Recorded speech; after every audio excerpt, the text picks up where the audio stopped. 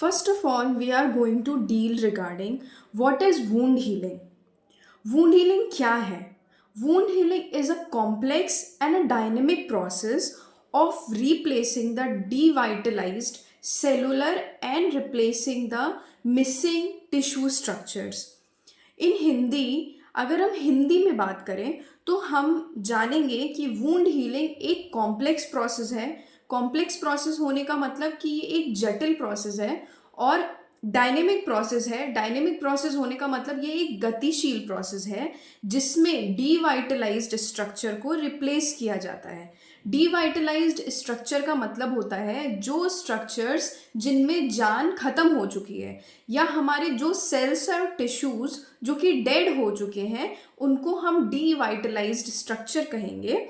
उन स्ट्रक्चर्स को मतलब डेड टिश्यूज को या डेड सेल्स को रिप्लेस करना न्यू वन से, वो वूंड हीलिंग का प्रोसेस उसको कहते हैं. Types of wounds. There are basically two types of wounds. First is acute wounds and second is chronic wounds. Talking regarding acute wounds, अगर हम acute wounds के बारे में बात करें तो acute wounds एक ऐसी चोट है जो एक certain time limit में heal हो जाएगी. हमें पता है कि अगर हमें वो चोट लगी है तो उसका टाइम पीरियड बहुत ही सिंपल है और बहुत ही छोटा है जिसमें वो हील हो जाएगा. एग्जाम्पल अगर हम लेंगे तो कहेंगे सर्जिकल वुंड्स. अगर हमें कोई सर्जरी हुई है, जैसे मान लीजिए कि कोई डिलीवरी हुई है, वो सिजेरियन से बच्चा हुआ है, तो वो जो सिजेरियन है वो वुंड है वो एक सर्टेन टाइम पीरियड में हील हो जाएगा. तो एग्जाम्पल हो गया सर्जिकल वुंड्स. और सेकेंड एग्जाम्पल है अपना कि अगर हमें कोई ट्रॉमा से चोट लगे या ट्रॉमेटिकल वुंड्स कह सकते हैं. अगर किसी ट्रॉमा से चोट लगी है या सर्जरी की वजह से है तो वो ऐसे वुंड्स होते हैं जो सर्टेन टाइम पीरियड में हील हो जाएंगे.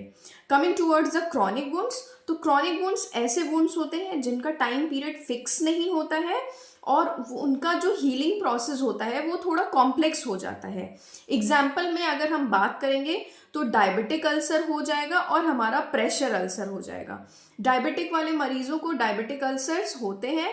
वो ऐसे वुंड्स होते हैं जिनका टाइम पीरियड फिक्स नहीं होता है और उनका हीलिंग प्रोसेस भी कॉम्प्लेक्स होता है. सिमिलरली प्रेशर अल्सर में भी सेम यही कंडीशन आती है कि कितने दिन में वो मरीज उस वुंड से हील हो पाएगा, ये टाइम लिमिट नहीं फिक्स होता है, तो उसको हम क्रॉनिक वुंड्स के नाम से जानेंगे. 4 stages of wound healing. Next हम पढ़ेंगे वुंड हीलिंग के 4 स्टेजेस होते हैं. इन 4 स्टेजेस के नाम को याद रखने के लिए हम एक एक्रोनिम याद रखेंगे जिसको हम कहेंगे high PM. HI high and PM. तो H फॉर होगा हीमोस्टैसिस, I for inflammation, P for proliferation, M for maturation. तो सबसे पहला स्टेज होता है H मतलब हीमोस्टैसिस. हीमोस्टैसिस में 2 वर्ड मिलके बना है. हिम मतलब ब्लड, स्टैसिस मतलब स्टेबल. तो यहाँ जो प्रोसेस होता है वो होता है कोएगुलेशन का.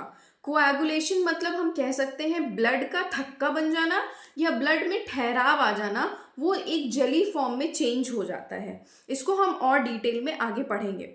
तो वो हो जाता है हीमोस्टैसिस. नेक्स्ट है हमारा I, that is inflammation. Inflammation के केस में हमने वीडियो में पढ़ा है. जिसने मेरी इन्फ्लेमेशन वाली वीडियो नहीं देखी है तो उसमें इन्फ्लेमेशन का पूरा प्रोसेस बताया गया है.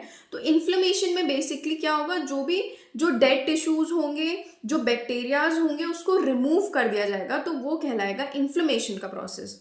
नेक्स्ट है हमारा प्रोलिफरेशन.